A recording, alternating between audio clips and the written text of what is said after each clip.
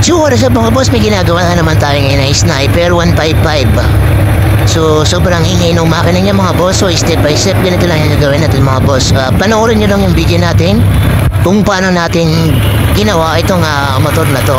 So bagong bago pa lang to mga boss. So stay tuned lang. Sobrang ingay ng makina. So ganito lang yung gagawin natin mga boss. Panoorin nila hanggang dulo mga boss para makakuha kayo ng tips at idea sa paggawa ng motor. So ganito lang yung ginawa ko.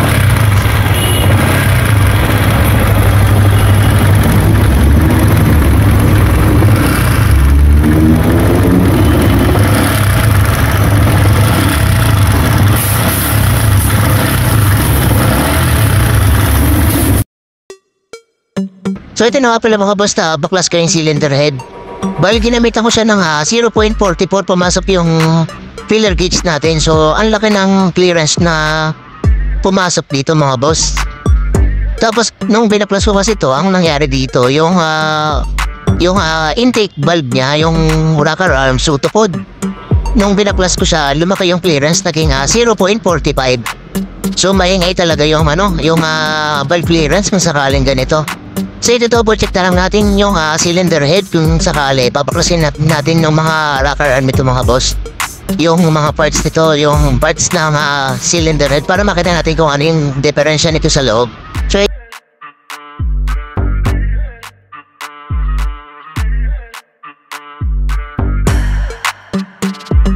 So wala naman akong nakikitang bakas ng gas-gas ng thumbs.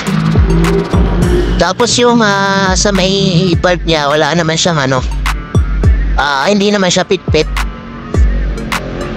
So pag-check ko nga pala rito, pagtanggal ko ng cam lube, bali ayan maingay yung niya, yung dito gumagalaw yung bearing. So ito yung problema ng motor, buti nakita natin agad, so hindi na tayo mahirapan. So papalitan na lang natin to ng bago. Pag ganito kasi medyo parang hinahalo pa yung tunog ng engine niya mga boss kung sa ibabaw pa lang. So minor issue lang naman to sakali. Magpapalit lang tayo ng bagong bearing.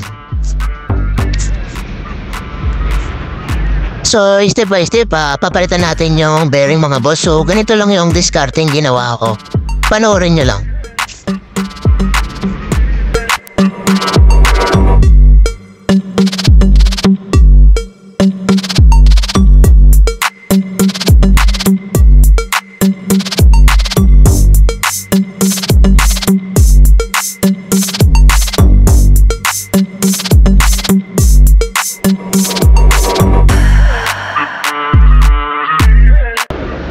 Bali gumamit lang ako rito ng tornilyo tapos yung 10mm na bolt na nut. So pinasok ko siya para mano-mano lang nating itatanggalin yung bearing mga boss. So ganito lang yung discarding ginawa ko.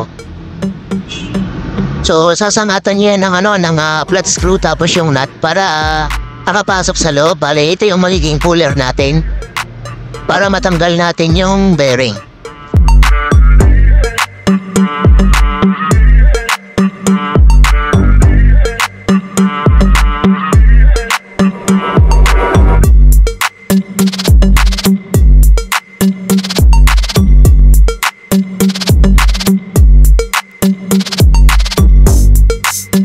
So tatagayin nyo lang talaga na nakaipit yung flat screw para kung sakali lalabas na yun. Parang puller lang din naman yung pag hinigpitan nyo, parang puller din yan. So lalabas naman yung bearing na yan.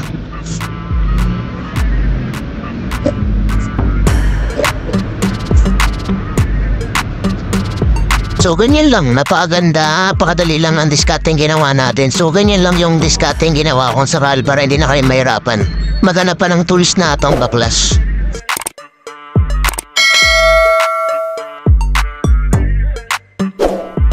So lilinisin lang natin yung cylinder dito mga boss, tapos papalitan natin ng bagong bearing.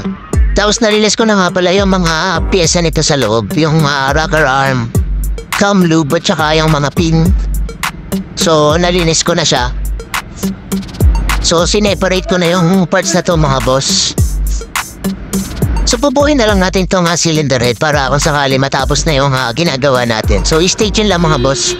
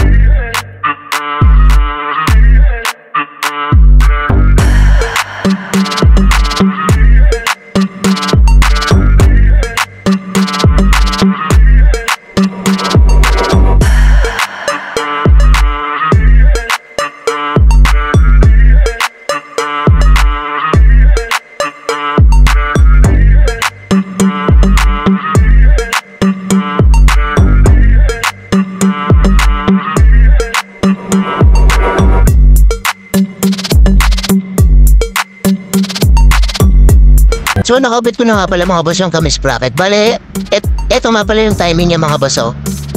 Ito yung timing ng kamis bracket. So dito naman sa baba yung timing sa may magneto. So dapat magkatapat sila mga boss para hindi mag-hard start yung motor natin mga na ginagawa. So yan ang laging yung tatandaan, kailangan naka-timing yung kamis bracket na sa may magneto. So dapat magkatapat sila. Tapos dapat gumagalaw din yung rocker arm. So ipabalik na natin yung tensioner. So nabalik na natin yung tensioner, ibig sabihin hindi pa nakarelease yung pagbalambot. So bago nihigpitan tong block na 12mm na bolt, so kailangan i-release nyo muna yung tension. So gumamit na ako ng spark plug yan. Kung sakali, DIY ko lang yan para pangpihit natin ang tensioner. So pag na-release nyo na yan, so i-double check nyo kung tumigas na yung timing chain natin mga boss. Bali tumigas na nga pala yung timing chain natin mga boss. So pwede na tayong mag-higpit ng bolt ng kamis bracket natin mga boss. So 12mm mga pala yan mga boss. So dyan nga pala nakalagay din yung ating water pump.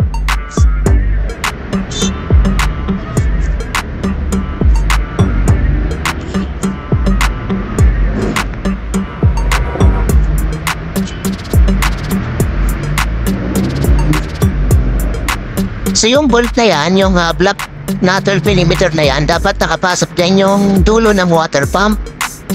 Ito yung dulo ng water pump mga boss, dapat nakapasok to doon. Para yung water pump automatic na iikot. So iikot na yung tubig sa cylinder ball kasi umiikot yung water pump. So ganun lang naman yan mga boss.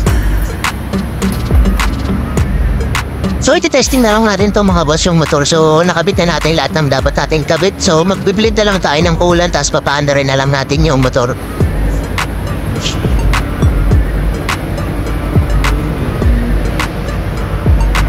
So dito lang talaga nagka-problema sa bearing.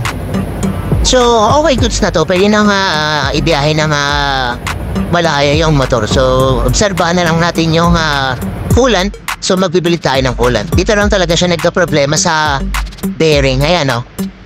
Pag ganito kasi sira yung bearing, parang hinahalo pa yung makina niya mga boss. So dito lang siya nagka-problema. So mabilis lang natin nakita. So basic lang naman ito kung sakali para sa inyo mga boss. So testing na lang natin yung motor. Biray mo, biray mo.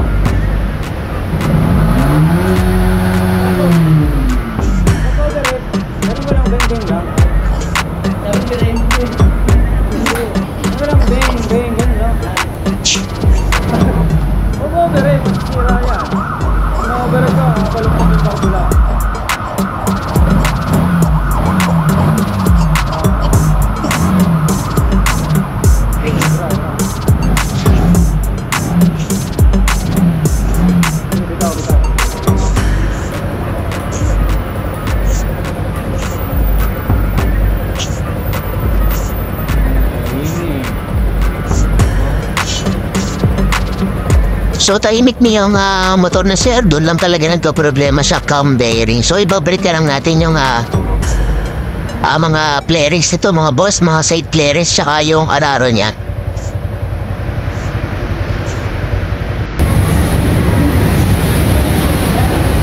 So testing na din natin mga boss. So nakapitan natin yung lahat ng dapat ikabit, na bleed na rin natin. So hanggang dito na lang yung video natin mga boss. Huwag sanang kalimutang suportahan ang ating channel mga boss. So thank you at salamat sa panonood. Ride safe mga boss. Ingat.